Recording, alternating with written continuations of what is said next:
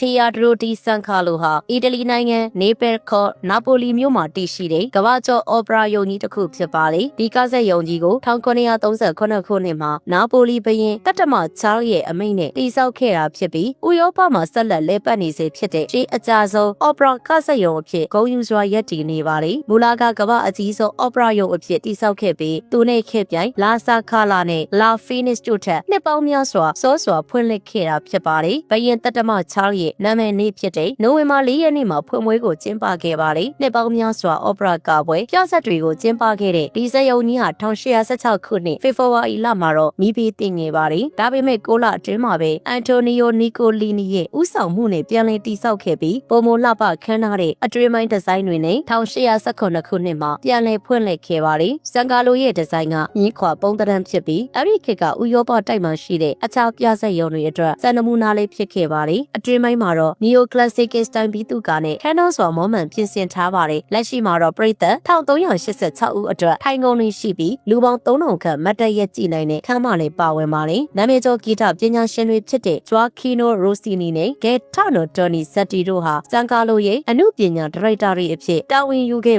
ပြီးသူတို့ရဲ့အော်ပရာများစွာကိုဒီနေရာမှာတင်ဆက်ကပြခဲ့ကြတာဖြစ်ပါတယ်စန်ကာလိုဟာဒုတိယကမ္ဘာစစ်အတွင်းပုံနှံခံခဲ့ရပေမဲ့အမေရိကန်နဲ့ဗြိတိရှစစ်သည်တွေကပြန်လည်ပြုပြင်ခဲ့တာကြောင့်ယနေ့တိုင်လဲပတ်နေစေဖြစ်ပါတယ်ဒီဇက်ယုံကြီးဟာနေပယ်မြို့ရဲ့ယဉ်ကျေးမှုဆိုင်ရာအမှတ်အသားတစ်ခုဖြစ်ပြီးကမ္ဘာအော်ပရာသမိုင်းမှာအရေးပါတဲ့နေရာကနေပါဝင်ရပ်တည်လျက်ရှိပါတယ်